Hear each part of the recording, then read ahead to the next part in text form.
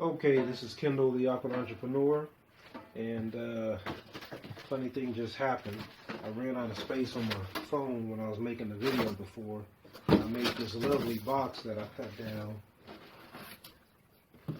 showing you. I cut it down to 10 inches.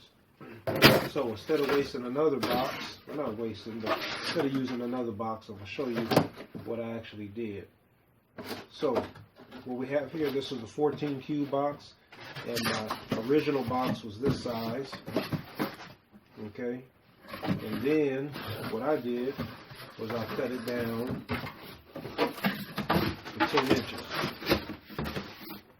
Okay, so I'm going to show you how I'm going to do that, but instead I'm going to cut this box down to, say, we'll go ahead and do 7 inches, okay?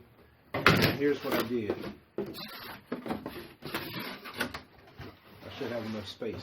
So anyway, what I do is I take my ruler and I want to cut it down to 7 inches high. So what I'm going to do is I'm going to mark off, hopefully you can see, I'm going to mark off at, just put a mark at 7 inches. Okay. Then I'm going to go to my opposite side and I'm going to do that also. And it'll be a little bit easier because normally you wouldn't have these extra flaps from me doing it before. Okay, so once you have the marks on opposing sides, you're going to take and you're going to cut the corners down about to your mark. Okay, a little bit below. It's not real critical. That's what you got tape for. So you do that on all 4 sides. Okay. So just keep in mind, a regular box is cut here at the flaps. So if that's making sense, or if it's not, you'll see what I mean. So then I take my yardstick here, $3 at Walmart, and what I'm going to do is I'm going to line it up with my marks pretty close.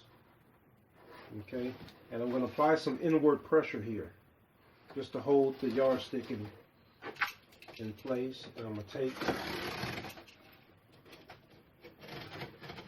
my knife and I'm scoring. And remember, I'm cutting the top portion, the top layer of that cardboard. I'm not going all the way through. So I'll go to my opposite side and I'm going to do the same thing. Line up my yardstick to my lines there. Doesn't have to be exact. And I'm scoring the box there. Okay, even if you cut through in some spots, that's fine because you can always use it.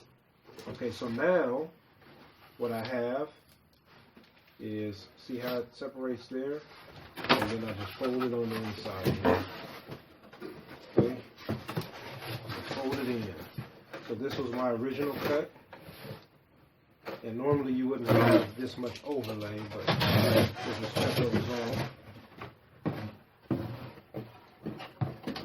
And we'll go ahead and leave that out. So when we set it down here, now what we can do is we can score our other side. And like I said, this wouldn't be as difficult if I hadn't cut the box already. Score the side like that. Score this one. You use this box as a guide. And these flaps aren't really intact because I cut them already. Okay, so now you can fold the box over. And there you go. You have another box that's now 7 inches high.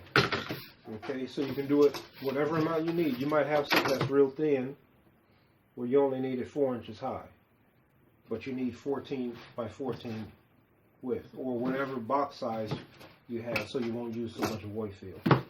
Okay, so that's another video, and hopefully that helps someone.